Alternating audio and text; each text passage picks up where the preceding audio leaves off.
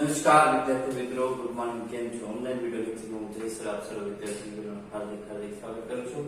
Chapter number 3 માં મિત્રો આપણે આગળ વધવાનું છે. તેના વખતે આપણે ઓનલાઈન થોડા જરૂરી મુદ્દાઓ આપણે જોયા.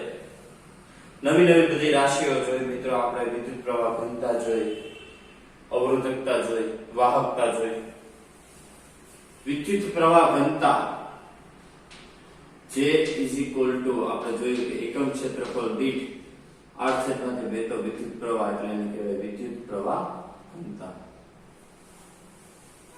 અને અવરોધ અને એની વાત કરી. મિત્રો આજે સ્ટડીને આગળ લઈ જાવ છે. એક નવો ટોપિક છે, મજાનો ટોપિક છે. ઇલેક્ટ્રોનની ગતિ.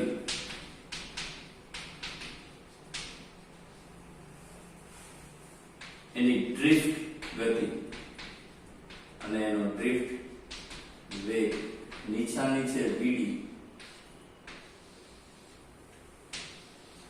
ઇલેક્ટ્રોનનો ડ્રિફ્ટ વેગ એટલે શું? મિત્રો આમ જનરલી તમે જાણો છો એટલે કે વેગ એટલે કે એકમ સમયમાં કણે કાપેલું અંતર. અહીંયા ઇલેક્ટ્રોન છે.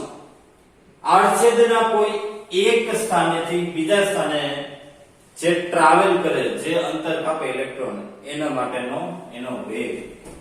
માની લો કે આ કોઈ એક આડછેદ છે, આ કોઈ એક માની લો કે નળાકાર છે. એમાં ઇલેક્ટ્રોન છે એ આ દિશામાં ગતિ કરે તો તમને ખબર ઇલેક્ટ્રોન છે એ વિદ્યુત ક્ષેત્રની હંમેશા વિરુદ્ધ દિશામાં ગતિ કરે. વિદ્યુત ક્ષેત્ર આપણે માની લો કે આ દિશામાં છે. આ એક ઇલેક્ટ્રોન આડછેદના એક સ્થળેથી બીજે સ્થળે જાય, માની લો કે L જેટલું અંતર કાપે. t સમયમાં L જેટલું અંતર કાપે, એનો જે અંતર છે એ કહેવાય એનો વેગ. પરંતુ આ ઇલેક્ટ્રોન છે મિત્રો, હફણો નથી જવાનો. એક્ચ્યુઅલી એટલે બહારથી તમારે ઊર્જા, એટલે આપણે જોયું કે કોઈ પણ ધાતુ હોય એટલે ઇલેક્ટ્રોન છે એ સહસંયોજક બંધમાં જકડાયેલો હોય. એને તમારે બહારથી ઊર્જા આપીને એને મુક્ત કરવો પડે. એટલે શું થાય ખબર મિત્રો? એ ઇલેક્ટ્રોન મુક્ત થઈ એની બાજુવાળા ઇલેક્ટ્રોનને એ ગતિ આપે. એટલે ઈ રચાય. ઈ એની બાજુવાળાને ગતિ આપે. ઈ એની બાજુવાળાને ગતિ આપે. ઈ એની બાજુવાળાને ગતિ આપે. ઈ એની બાજુવાળાને એમ કરતા અથવા તો ફૂટા તો મિત્રો ઈ બહાર નીકળે.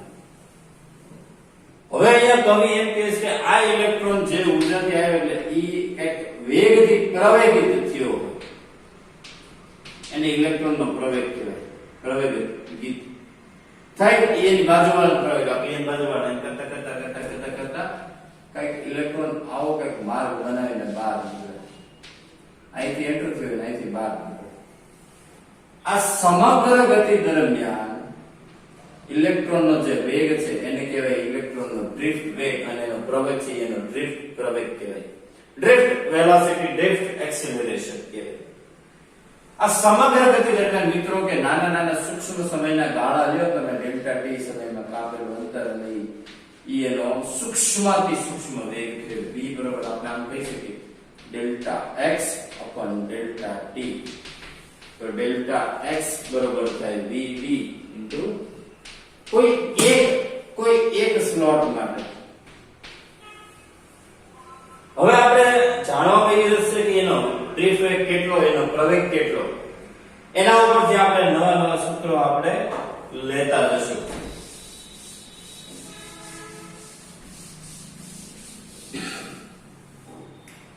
મિત્રો તમે જાણો છો કે પ્રવેગ એટલે શું થાય? તો કે dv by dt, વેગનો ફેરફાર લાયગા સમય. બરાબર. હવે પ્રારંભિક વેગ શૂન્ય માની ચાલે તો vd upon શું થાય? dt. vd બરોબર થાય a ગુણ્યા dt. હવે પ્રવેગ છે, ઇલેક્ટ્રોનનો પ્રવેગ કેટલો મિત્રો તમે ભણી ગયા? E બરોબર F upon Q. F બરોબર ma upon Q. યાદ આવ્યું? તો A બરોબર આપણે એવું કીધું હતું કે EQ upon m, પણ EE upon m. તો આ શું કહેવાય? ઇલેક્ટ્રોનનો ડ્રિફ્ટ વેગ છે. vd બરોબર માઈનસ નિશાની કરવી પડે સંજ્ઞા પ્રણાલી મુજબ, કારણ કે ઇલેક્ટ્રોન વિદ્યુત ક્ષેત્રની વિરુદ્ધમાં ગતિ કરે છે. એટલે તમારે ત્યાં શું મૂકવું પડે? માઈનસ નિશાની મૂકવી પડે. હવે આ થયો ઈ મિત્રો આ થયો ઇલેક્ટ્રોનનો ડ્રિફ્ટ વેગ થયો. કયો વેગ થયો? ડ્રિફ્ટ વેગ. હવે જાણો છે કે ઇલેક્ટ્રોનની આ સમગ્ર ગતિ દરમિયાન આખી એક ગતિ પૂરી થાય એટલે એમાંથી વહેતો વિદ્યુત પ્રવાહ કેટલો અને એને ડ્રિફ્ટ વેગ સાથે શું રિલેશન છે હવે આપણે એ જાણવું છે. તો એક આડછેદમાંથી એ જેટલો પ્રવાહ અહીંયાથી પસાર થાય અને વિદ્યુત ભારની ગણતરી કરીએ તો મને પ્રવાહ મળી જાય. વિદ્યુત ભાર એટલે તમે જાણો છો Q બરોબર IT. તો એમાંનો કોઈ એક સૂક્ષ્મ આડછેદ લઈ લો કે જેમાં રહેલો એક ઇલેક્ટ્રોન એનો આડછેદ છે dx dt સમય માટે ગણતરી માટે હું લઉં અને મારે જાણવું છે કે એના માટે dq કેટલો I dt. તો એનો વિદ્યુત ભાર કેટલો થાય? એનો વિદ્યુત ભાર થાય -NE a vd dt. આ યાદ રાખવાનું છે. આની કોઈ સૂત્ર તારણી તમારે આપી નથી. તમારે યાદ રાખવાનું કે એકમ આડછેદમાંથી એકમ ભાગ માટે પસાર થતો વિદ્યુત ભાર કેટલો? NE a vd dt. જ્યાં n છે એ ઇલેક્ટ્રોનની સંખ્યા ઘનતા છે. ઇલેક્ટ્રોનની શું છે? સંખ્યા ઘનતા. E છે એ એનો વિદ્યુત ભાર, a છે એ આડછેદનું ક્ષેત્રફળ, vd તમે જાણો છો, dt એટલે સૂક્ષ્મ સમય માટે. તો આખો વિદ્યુત ભાર કેવો હોય તો આમ થાય NE a vd × d minus શું કામ? કારણ ઇલેક્ટ્રોન વિદ્યુત ક્ષેત્રની વિરુદ્ધમાં. હવે આ બે સમીકરણ, આને કહું 1 આને કહું 2, બે સમીકરણ તમે સરખાવો તો જો બે માંથી dt ગયા તો I બરોબર મને મળ્યું -NE a vd. વિદ્યુત પ્રવાહ ડ્રિફ્ટ વેગના સમપ્રમાણમાં આખા આડછેદમાંથી ઇલેક્ટ્રોનના ડ્રિફ્ટ વેગ જેટલો વિદ્યુત પ્રવાહ છે પસાર થાય એ આપણે અહીંયા સામે. બહુ સરળ કન્સેપ્ટ છે, બહુ ઈઝી કન્સેપ્ટ છે, પણ મિત્રો ફટાફટ યાદ રાખવું પડે. સૌથી પહેલા આપણે કહ્યું તો કે પહેલા આપણે વેગ મેળવ્યો, પછી આપણે વિદ્યુત ભારની ગણતરી કરી, એના ઉપરથી આપણે વિદ્યુત પ્રવાહ અને ડ્રિફ્ટ વેગ વચ્ચેનો આપણે સંબંધ મેળવ્યો. હવે આ થોડુંક સાઈડમાં લખી અને પછી આપણે એક થોડુંક સૂત્રને આગળ વધારીએ. જો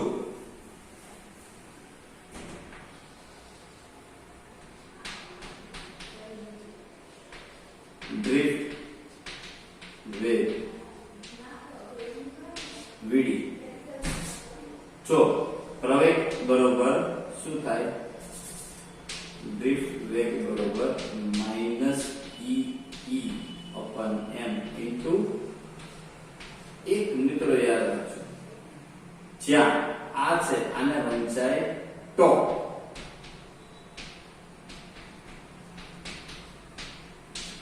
એને એક ક્ષણ માટે કાપેલું કેટલા સમયનો સમય કાપે એનો સમય તો ને કહેવામાં આવે રિલેક્સેશન સમય. આ યાદ રાખજો. પછી તો કે એકમ આડછેદમાંથી પસાર થતો વિદ્યુત ભાર -NE a vd × dt. તેથી વિદ્યુત પ્રવાહ કેટલો છે? -NE a vd. વિદ્યુત પ્રવાહ ડ્રિફ્ટ વેગના કેવો આવ્યો? સમપ્રમાણ. અને એક વસ્તુ ખબર પડે મિત્રો, તો vd બરોબર થાય I/NE a. તો ડ્રિફ્ટ વેગ છે એ ક્ષેત્રફળના વ્યસ્ત પ્રમાણમાં આવ્યો, એટલે કે ત્રિજ્યાના વર્ગના વ્યસ્ત પ્રમાણમાં. સંબંધ યાદ રાખજો. જોઈ લો.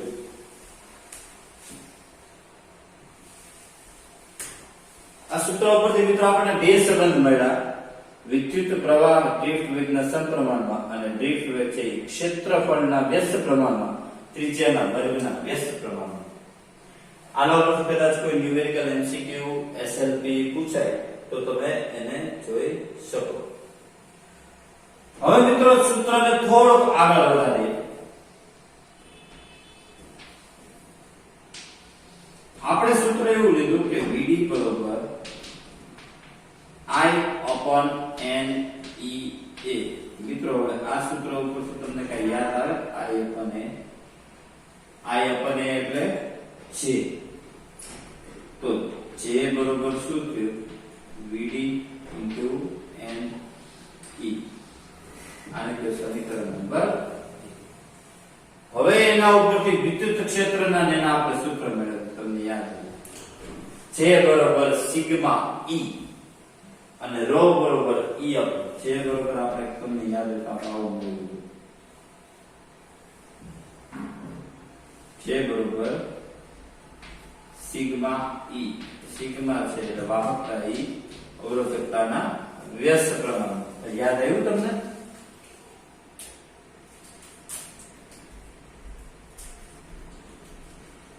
તો આપણે અહીંયા આગળ તમે જો J બરોબર VD into n એક સૂત્ર અહીંયા આગળ તમને મળેલું છે. આ પછી નહીં એના ઉપરથી J બરોબર n into E. VD બરોબર તમે અહીંથી લીધું E upon m into tau. તો n E square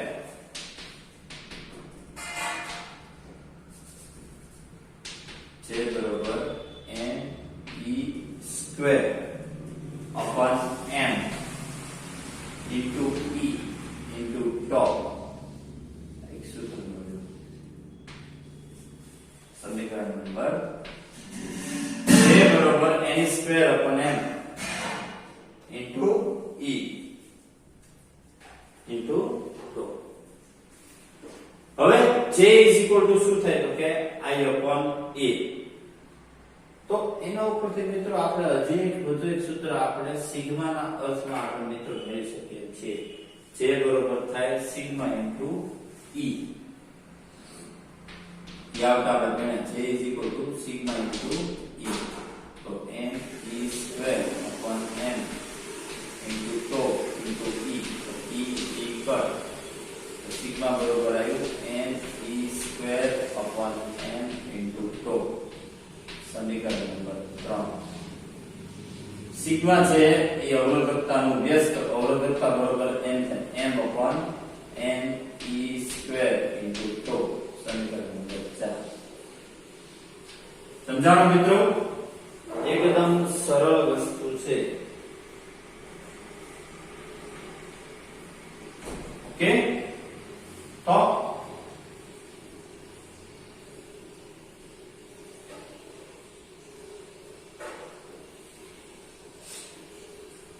એટલું કર્યા પછી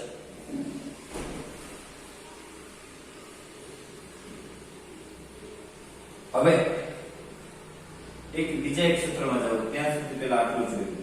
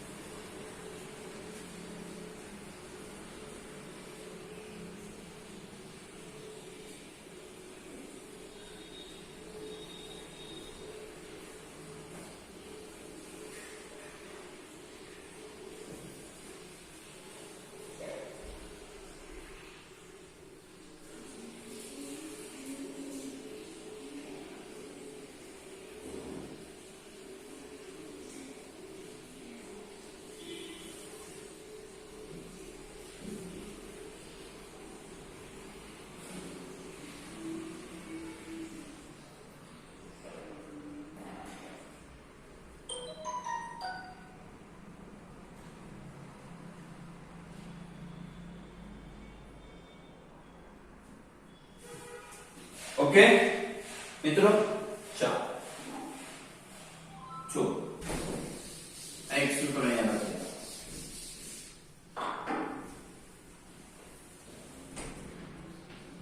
લખીએ જે બરોબર I upon A એટલે N E V આના પર સમીકરણ નંબર 1 અને એક સૂત્ર તો મિત્રો આપણી પાસે છે તે આપણે ગયા વખતે આપણે જોયું J બરોબર સિગ્મા ઇન્ટુ E. હવે મિત્રો સમીકરણ 1 અને 5 ને સરખાવો N E V બરોબર સિગ્મા ઇન્ટુ E. તો VD upon E બરોબર થાય sigma upon N E. Actually VD upon E એટલે કહેવાય વિદ્યુત ભાર વાહકોની મોબિલિટી. કેવી mu એટલે મોબિલિટી એકમ વિદ્યુત ક્ષેત્ર દીઠ વિદ્યુત ભારનો ડ્રિફ્ટ વેગ એટલે એને કહેવાય મોબિલિટી. એનો એકમ થાય મીટર પ્રતિ સેકન્ડ છેદમાં વોલ્ટ પ્રતિ મીટર. તો એનો એકમ થાય metre metre metre square second inverse volt inverse. બરાબર. તો સિગ્મા ઇઝ ઇક્વલ ટુ શું થાય અહીંયા ખબર mu into n into e. જો હોલ ની કેવી વેલ્યુ તો હોલ ની અને વિદ્યુત ભાર ઇલેક્ટ્રોન તો mu e n e. બરાબર. તાઈ અગેન એક નાનો એવો કન્સેપ્ટ છે ન્યુ સૂત્ર છે. બરાબર જોયું. રેડી કે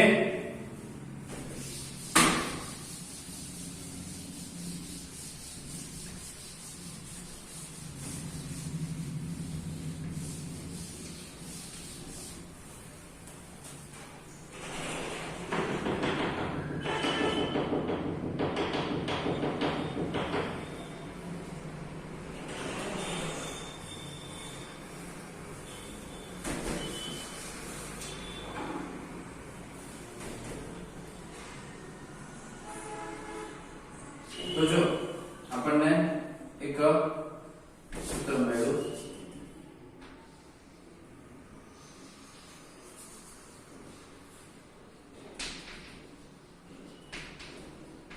મોબિલિટી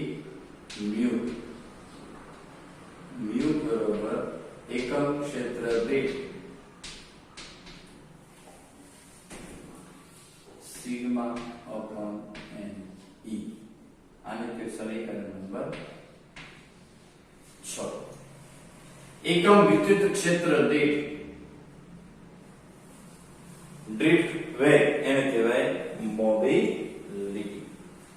આ બધા જ સૂત્રો મિત્રો તમારે યાદ રાખવાના છે. તમારે એની ઉપર એક વખત પ્રેક્ટિસ કરવાની છે. આપણે સ્ટાર્ટ કર્યું તો આપણે ડ્રિફ્ટ વેગથી પ્રવાહમાં ગયા, એમાંથી વિદ્યુત પ્રવાહ ઘનતામાં ગયા. આપણે સિગ્મા રો અને જે ના સૂત્રો મેળવ્યા. ઓકે, એની ડાઉટ, એની કન્ફ્યુઝન? ચાલો હવે એના થોડા કન્સેપ્ટ જોઈએ. એક એસઆઈપી માં એક માર્ક 79 બહુ સરસ છે. એક ઇલેક્ટ્રોન આવી રીતે કંઈક જાય છે A થી B 2 × 10⁻⁴ મીટર જેટલું ટ્રાવેલ કરે છે. આ પહેલી સ્થિતિ. બીજી સ્થિતિમાં કંઈક જાય છે આવી રીતે A થી B એ 10⁻⁴ મીટર ચાલે. પણ આમાં વિદ્યુત ક્ષેત્રની ગેરહાજરી છે, આમાં હાજરી છે. તો આનું તો કઈ આવે જ નહીં. એને લાગ્યું છે વેગ, તો કાઈ નહીં. વેગ બરોબર અંતર 2 × 10⁻⁴ આઈકા સમય લીધો 10 10⁻⁵ પતિ. એકદમ સરળ છે. વિદ્યુત ક્ષેત્રની હાજરી જ નથી તો એ થોડો કઈ એને કઈ મંથાવ. બરાબર. એટલે આવા સરળ હોય છે, અઘરું હોતું નથી. હોલનો ડ્રિફ્ટ વેગ છે હંમેશા વિદ્યુત પ્રવાહની દિશામાં. ચલો MCQ નંબર 8. આમ છે A થી B. હવે એમ કહીશ કે ડ્રિફ્ટ વેગ નું શું થાય A થી B જતા ઇલેક્ટ્રોન વધે ઘટે અસર થાય કાંઈ નહીં. તમને ખબર જ છે કે ડ્રિફ્ટ વેગ છે એ r છેદના ક્ષેત્રફળ અને ત્રિજ્યાના વર્ગના બેઝ પ્રમાણમાં હોય. અહીંયા કરતા અહીંયા ક્ષેત્રફળ વધ્યું તો ડ્રિફ્ટ વેગ શું થાય ઘટે. હવે આવા એમસીક્યુ પછી તમને કઈ એમાં કઈ ખોટો વધારે પડતો ટાઈમ આપણે કઈ બગાડવાનો હોય નહીં. એવો જ એસએલપી નો 54 નો છે એ તમને આવડવો જોઈએ. એક એમસીક્યુ છે 9 ગણતરી ઉપર આધારિત છે. 9મો એમસીક્યુ 3 એમ્પિયર પ્રવાહ નું વહન કરતો લંબાઈ 3 મીટર લંબાઈનો વાહક તાર છે. એક છેડેથી બીજે છેડે જતા સમય કેટલો લાગે તમને ખબર છે. વેગ ભાગ્યા અંતર ભાગ્યા સમય. સમય બરોબર શું થાય અંતર ભાગ્યા વેગ. વેગ કયો ડ્રિફ્ટ વેગ. અંતર આપ્યું 3. હવે ડ્રિફ્ટ વેગ નથી તો ડ્રિફ્ટ વેગ બરાબર તમને કહી શકો I/NEA. I/NEA તમને સંખ્યા ઘનતા આપી, ઇલેક્ટ્રોનનો વિદ્યુતભાર આપ્યો, ક્ષેત્રફળ આપ્યું, લંબાઈ આપી, પ્રવાહ આપ્યો, સમય મળી જાય. જો સૂત્ર બનાવતા શીખવું પડે જાતે, અને આનું સોલ્યુશન કોઈએ જોવા નથી, જાતે જ કરવાનું છે. બરાબર છે? ઓકે, ચાલો નેક્સ્ટ. સરસ મજાનો એક કન્સેપ્ટ છે અવરોધકતા. એટલે કે રો અને તાપમાન વચ્ચેનો સંબંધ. મિત્રો દ્રવ્યની અવરોધકતા છે આપણે જોયું કે એને કોઈ પરિમાણ સાથે કઈ લેવા દેવા નથી. દ્રવ્યની જાત, તાપમાન અને અમુક અંશે દબાણ ઉપર આધારિત છે. તો અવરોધકતા તાપમાન ઉપર કઈ રીતે આધાર રાખે છે? તો રો T બરોબર rho 0 1 plus alpha T minus T0. આ સૂત્રની તારણી તમારે ક્યાંય કરવાની નથી. તમને એને ડાયરેક્ટ અવરોધકતા તાપમાન સાથે કઈ રીતે તો કે આ સંબંધ અનુસાર આધાર કે જ્યાં રો T એટલે કે T તાપમાન અવરોધકતા, રો 0 સંદર્ભ તાપમાન, પ્રારંભિક સંદર્ભ એટલે પ્રારંભિક તાપમાને અવરોધકતા, T તાપમાન, T0 સંદર્ભ રૂમ તાપમાન. આલ્ફા વિશે હું અલગથી કહીશ. અવરોધકતા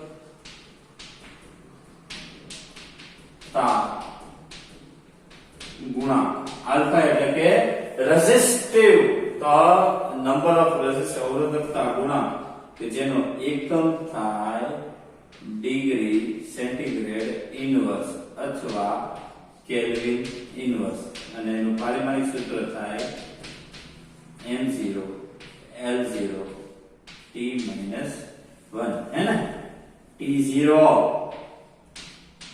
K - 1 આ નવી રાશિ આવી. બરોબર, જોઈ લો.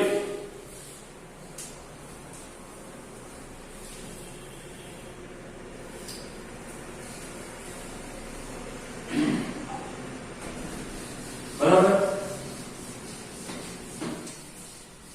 તમે જાણો છો કે અવરોધ અને અવરોધકતા વચ્ચે બહુ લાંબો ફેર નથી. તો જેમાં અવરોધકતા m અવરોધની સૂત્ર RT બરાબર R0 1 plus alpha T minus T0. આ T તાપમાન અવરોધ અને આ 0 ડિગ્રી તાપમાન અવરોધ. બરાબર છે મિત્રો. આની એપ્લિકેશન એકદમ સરળ છે. એક જોઈએ આપણે, એક એમસીક્યુ જોઈએ. ચાલો એમસીક્યુ નંબર 10. કયા તાપમાને T ગોતવાનું? 0 ડિગ્રી તાપમાન એટલે કે સંદર્ભ તાપમાન આપ્યું એટલે કે 273 કેલ્વિન તાપમાને અવરોધ સંદર્ભ અવરોધ કરતા બમણો થઈ જાય. આલ્ફા આપ્યો તો કાંઈ નહીં, RT બરોબર R0 1 plus alpha T minus T0.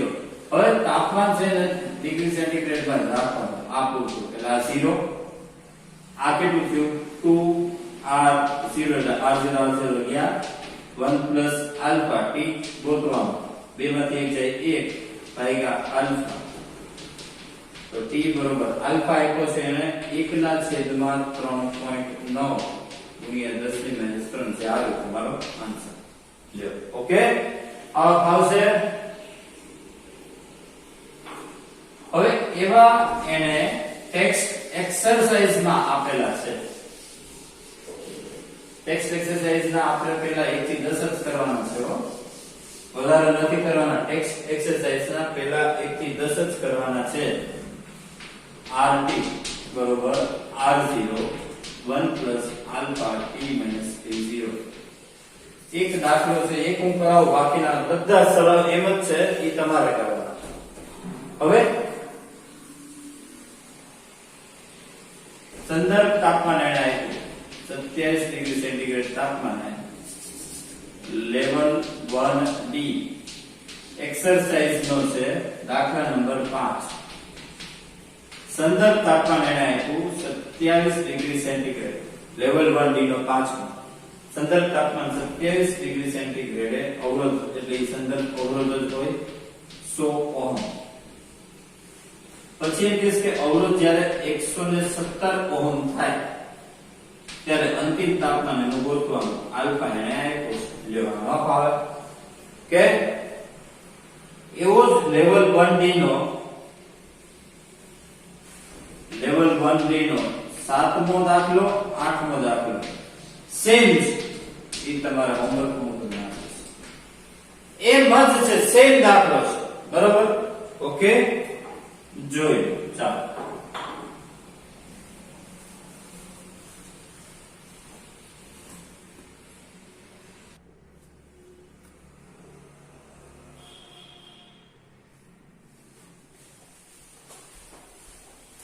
હવે મિત્રો આ આખું બોર્ડર હું તમને છેલ્લે ટોપિક લખાઈ દઈશ હવે થોડું અલગ અવરોધકતાને લગતો કન્સેપ્ટ છે એટલે આ બધું જાણો છો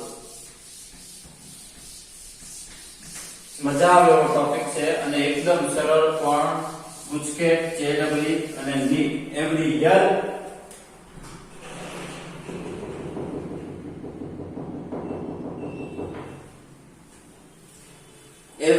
મિત્રો એના એક એક ક્વેશ્ચન હશે અને હશે બોર્ડમાં આવે છે એટલે આપણે ઈ કન્સેપ્ટ એક જોવાનો છે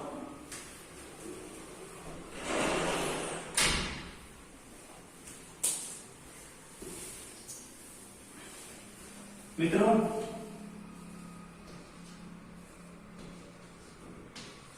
આપણે એમ કીધું કે અવરોધ છે એ તાપમાનના સમપ્રમાણમાં છે હવે સૂત્ર આપણે જોયું R બરોબર R0 1 plus alpha t minus t0 એના ઉપરનો એક કન્સેપ્ટ છે મિત્રો કે માની લો કે આપણે કોઈ વાહકતા છે એનો અવરોધ શોધવો છે પ્રેક્ટિકલી શોધવો છે તો કેમ શોધવો જો મિત્રો આ એક અવરોધ છે થોડુંક નજીકથી તમને દેખાડો આ એક અવરોધ છે તમે એના ઉપર જોશો કે મિત્રો જો કલર વાળા તમને ટીપકા ટીપકા જોવા મળે છે આ 4 કલરના ટીપકા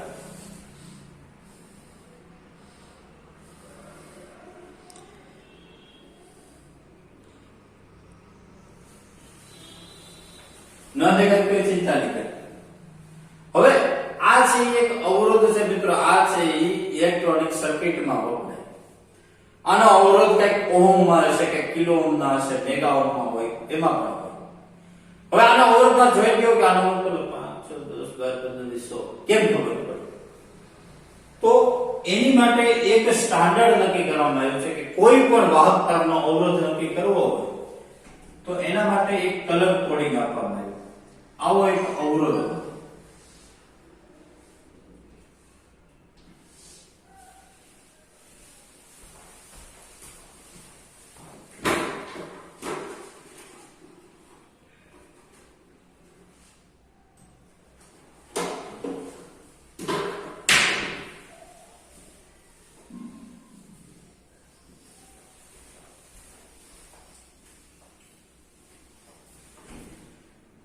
એની ઉપર આવી રીતે કલર કોડિંગ કરેલું હોય.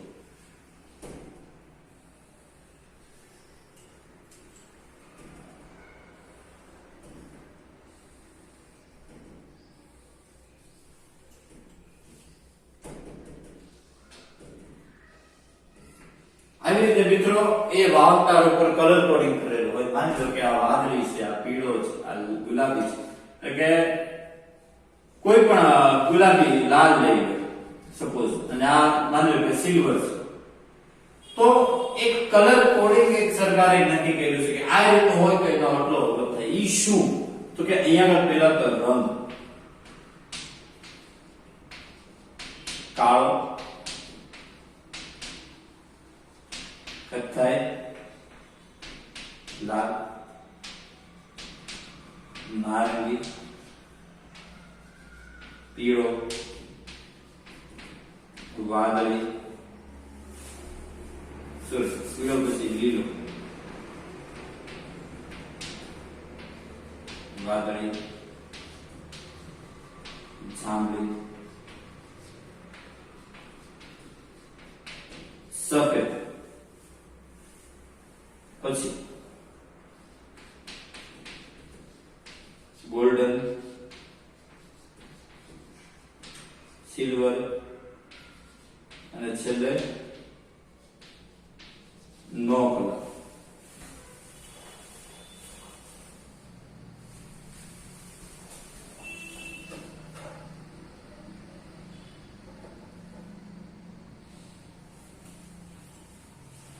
આ ક્રમ મિત્રો તમારે યાદ રાખવાનો ઉપરથી નીચે સુધી.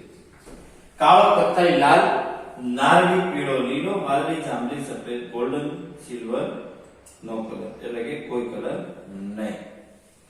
અમે એને કેમ યાદ રાખીએ ખબર? કા, કો, લા, ના, પી, લી, વા, જા.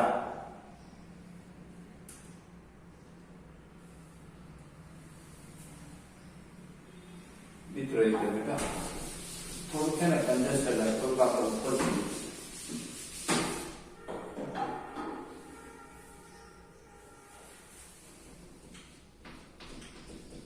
કાળો અને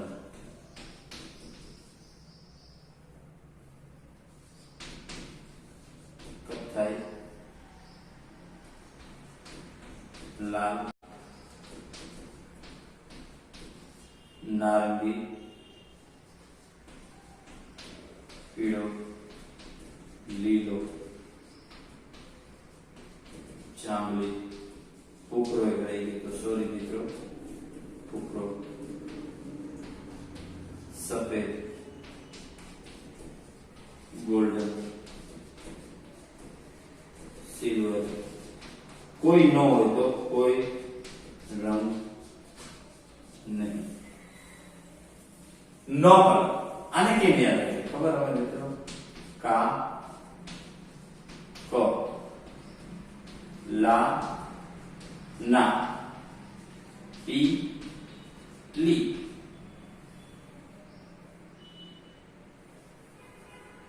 પછી વાદળ, વા, જા, ઉ, સ, આને ગો, સી, નો. હવે કા, ક્લાના, પીલી, વાજામ, પુષ, ગોલ્ડન, સિલ્વર, નો કલર. ટોટલ તમે ગણો તો 1 2 3 4 5 6 7 8 9 10 11 12 13. હવે દરેકની સંખ્યા માની લો કે પેલો કાળો હોય તો એના માટે કયો નંબર? તો એ જે સંખ્યા છે એ ફિક્સ છે.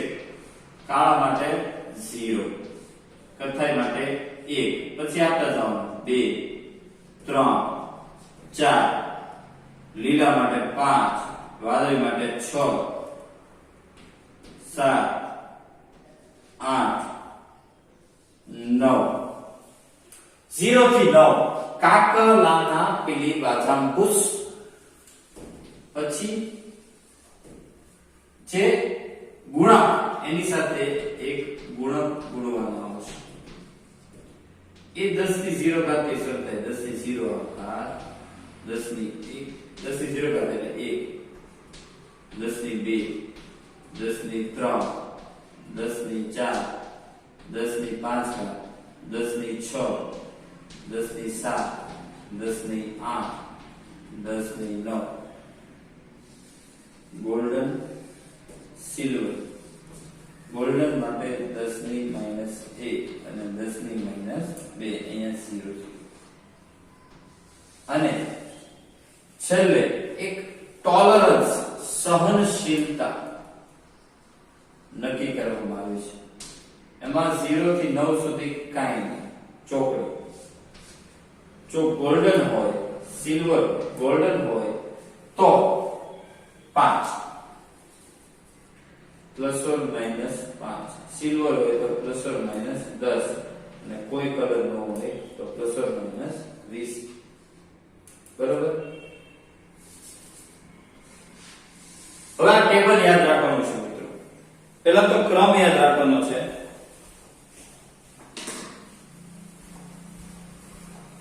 કાકલાના પીલી બાજામ પુષ્પ. ગોલ્ડન સિલ્વર નો કલર. ક્રમ કેમ 0 થી 9? 10 ની ગુણકમાં. હવે ક્યારે શું વાપરવું? હવે જ્યારે તમે અવરોધ કોઈનો જોતા હશો, માની લો કે આપણી પાસે કલર કોડિંગ છે, એનો આપણે અવરોધ માપવો છે, તો પહેલા બે પટ્ટા છે. નિયમ યાદ રાખો. 1 અને 2 નંબરના રંગ છે એ સંખ્યા દર્શાવે, એનો ગુણ્યાકાર કરવાનો. પહેલો નિયમ. બીજો નિયમ. ત્રીજો રંગ છે એ ગુણકનો અને ચોથો રંગ છે એ સહનશીલતા. એ પ્લસ ઓર માઇનસ કરીને લખવાનું. 4 રંગ પૈકી પહેલા 2 રંગ છે એ 0 થી 9 આવશે, એટલે કે સંખ્યા દર્શાવે. ઈ બેનો ગુણાકાર કરવાનો. એને ગુણ્યા, માની લો ત્રીજો રંગ છે તો કે ભાઈ ગુલાબી છે, તો કે લાલ લઈ લે અત્યારે પૂરતું. તો કે લાલ છે, તો કે લાલ માટે એની 10 ની ઘાત કેટલી? કાકલા 10 ની 2 ઘાત. તો તમારે ગુણ્યા 10 ની 2 ઘાત કરવાની. અને છેલ્લે કયો? માની લો કે સિલ્વર છે તો ટોલરન્સ. ત્રીજો કલર જો ગોલ્ડન સિલ્વર હોય તો 10 ની -1 કે ઈ લખવાનું. જો આ કન્સેપ્ટ તમારે યાદ રાખવો જ પડશે. એકદમ સરળ છે, કાંઈ અઘરું નથી. કાકલાના પીળી બાજામ પુષ્પ, ગોલ્ડન સિલ્વર નો કલર, એમ જ યાદ રાખવાનું. 0 થી 9 સંખ્યા, ગુણક 10 ની 0 થી 10 ની 9. એક બે કરશો એટલે તમને ફાવી જશે. ચલો આપણે આ જ કરીએ. પહેલો છે વાદળી, બીજો છે પીળો. તો પહેલા 2 રંગ છે એ સંખ્યા, તો વાદળી ગોતો. ચાલો, વાદળી કેટલા નંબર છે? તો કે 6 નંબર. કારણ કે જો 0 1 2 3 4 5 લીલો, પીલી વા એટલે વાદળી, એટલે કે કેટલામાં ક્રમે છે? 6. તો એના માટે લખો 6. પછી પીળો. પીળો કેટલામાં ક્રમે છે? 4. એના માટે લખો 4. એને ગુણ્યા ત્રીજો કલર કયો? તો કે લાલ. લાલ માટે એની ઘાત કેટલી?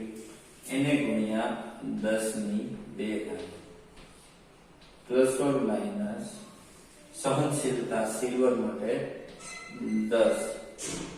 આ તમારું થઈ ગયું અવરોધ.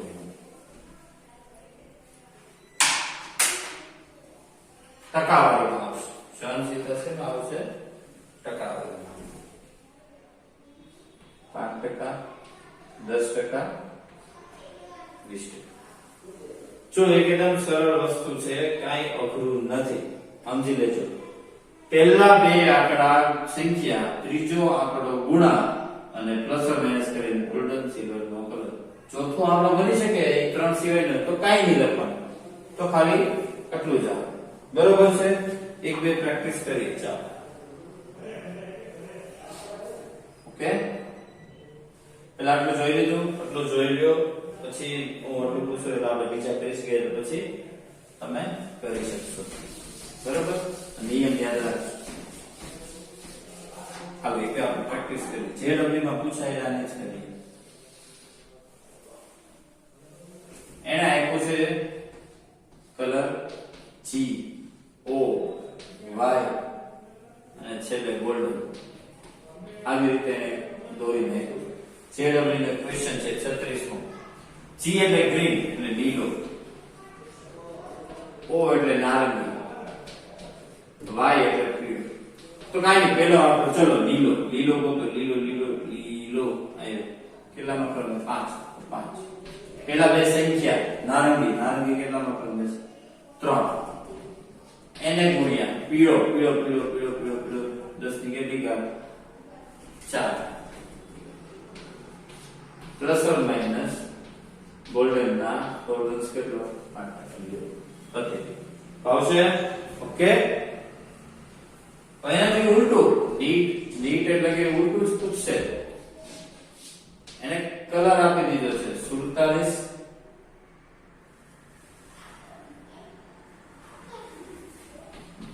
Plus or minus 4.7 kilo ohm.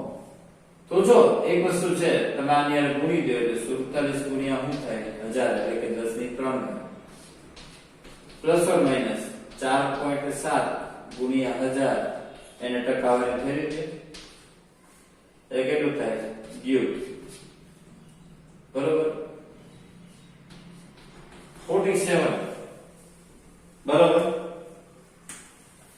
4.7% જેવું થયું. હવે જો 4 અને કયો થયો? હવે આના ઉપરથી આપણે કલર નક્કી કરવાનો. ચાલો, 4 અને કયો થયો? પીળો. 7 એટલે કયો થયો? જાંબુ. ગુણ્યા 10 ની 3 ઘાત કોની આવે? તો કે નારંગી. અને 4.7 એટલે કે 5% જેટલો ચડે એટલે કે રૂપેરી કે રજત કે જય સિલ્વર. ઓકે, નીટ 2018 માં પૂછાયેલો છે અને આની પહેલાનો જે છે એ જેડબલ્યુ મેઇન્સ ઓનલાઈન 2019 માં પૂછાયેલો. બરોબર? બીજા બધા તમને ફાવશે. તો એકદમ સરળ છે. આની પ્રેક્ટિસ કરવાની છે મિત્રો. આ હું તમને લખાવી દઉં છું હોમવર્કમાં. બરોબર? આની પ્રેક્ટિસ કરજો. ઓકે, હોમવર્ક લખી લો.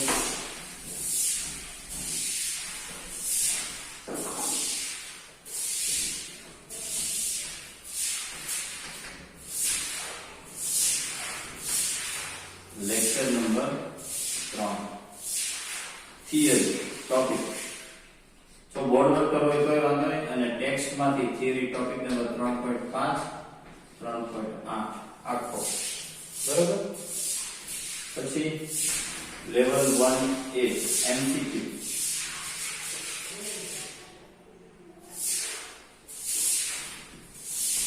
आठ 9 10 level 1B exercise.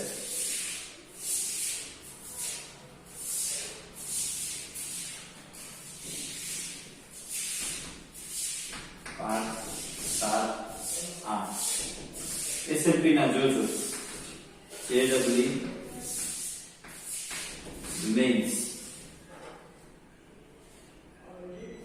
36 NEET carbon વર્ણપદ સંકેતને આધારે છે અને પૂછે ઓકે મિત્રો હોમવર્ક નોટ ડાઉન કરી લે મિત્રો. આવતા લેક્ચરમાં મિત્રો ફરી એક નવા કોન્સેપ્ટ સાથે મળવાનું છે. આગળ ઉતરવાનું ચેપ્ટર અને થોડીક મિત્રો સ્પીડ લાગશે પરંતુ સાથોસાથ રહેજો. ચેપ્ટર 3 બહુ અગત્યનું છે જેડબલ્યુ નીટ બોર્ડ બધી માટે. ઓકે, તો ત્યાં સુધી સરળ રીતે લેક્ચરની તૈયારી કરી લો. આવતા લેક્ચરમાં ફરી મળે. કંઈ પણ ડાઉટ સોલ્યુશન જોતો હોય તો ફોન અથવા મેસેજ કરી શકો. Thank you very much. જય હિન્દ, જય ભારત. થેન્ક યુ, જય હિન્દ.